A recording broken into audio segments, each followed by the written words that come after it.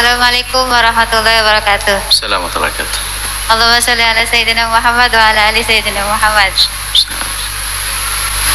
Waktu itu ayah saya meninggal dunia dan karena sedih sekali, seseorang berjanji untuk membacakan Yasin setiap hari. Dan sekarang itu dirasa berat. Jadi bagaimana cara mengganti janji tersebut kepada jenazah ayahnya karena tidak mampu mengirimkan atau membaca surat Yasin setiap hari? Mohon jawabannya Bu ya, agar hati menjadi lebih tenang dalam menjalani hidup. Terima kasih. Baik, bismillah. Sebetulnya yang perlu kita baca, kita fahami adalah makna kerinduan anak tersebut untuk berbakti dan berbuat baik kepada orang tua yang telah meninggal dunia. Karena sempitnya wawasannya, maka dia hanya pengen baca surat Yasin karena sempit wawasannya.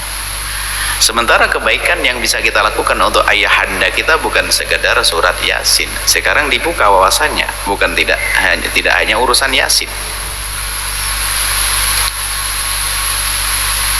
Maka buka sedikit. Oke, Yasin sudah dibaca, alhamdulillah. Tapi yang perlu ditumbuh suburkan terus adalah kerinduan di hatinya untuk berbakti itu. Lalu bagaimana caranya?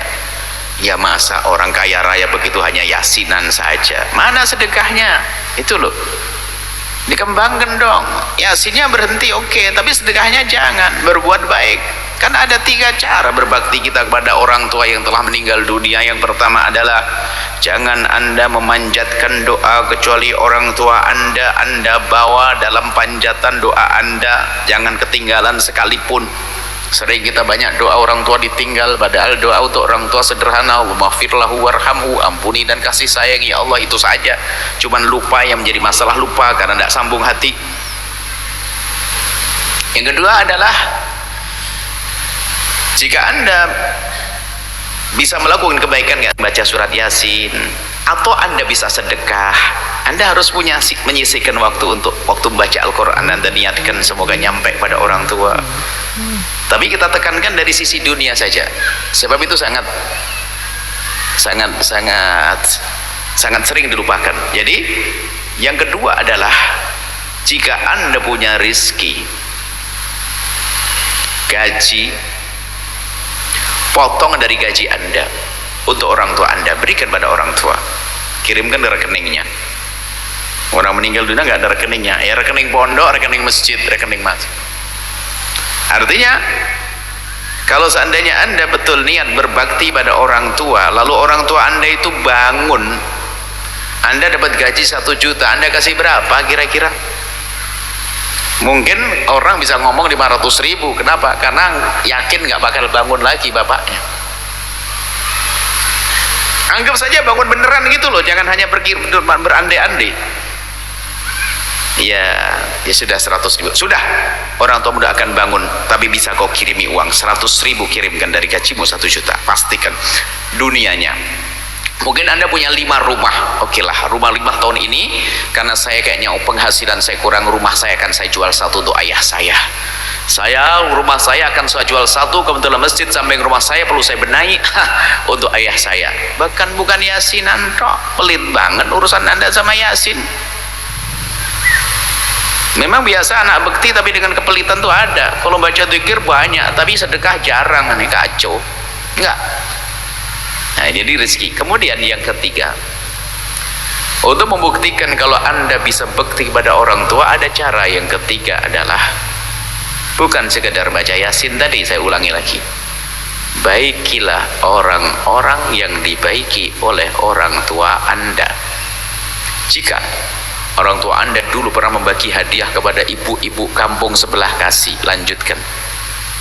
Dan sebetulnya mengerucut kepada yang lebih dalam lagi, yaitu baik-baikilah orang yang dibaiki oleh orang tua Anda. Kira-kira siapakah orang yang paling dibaiki oleh orang tua Anda? Jawabannya adalah apa? Anak-anak orang tua Anda. Siapakah anak orang tua Anda? saudara Anda. Makanya baik-baiklah sama saudara. Makanya jika ada orang ngerebut waris itu dosanya 3 langsung gede. Perebut waris, ahli neraka yang berjalan di atas bumi. Orang merebut waris itu adalah 3 dosa dilakukan. 1 aja cukup masuk neraka paling dalam. 3 dilakukan langsung. Apa 3? Pertama, dosa mengambil hak saudaranya. Yang ketiga, dosa mutus tali persaudaraan. Yang ketiga, dosa durhaka kepada orang tua. Karena nyakiti adiknya berarti nyakiti orang tua.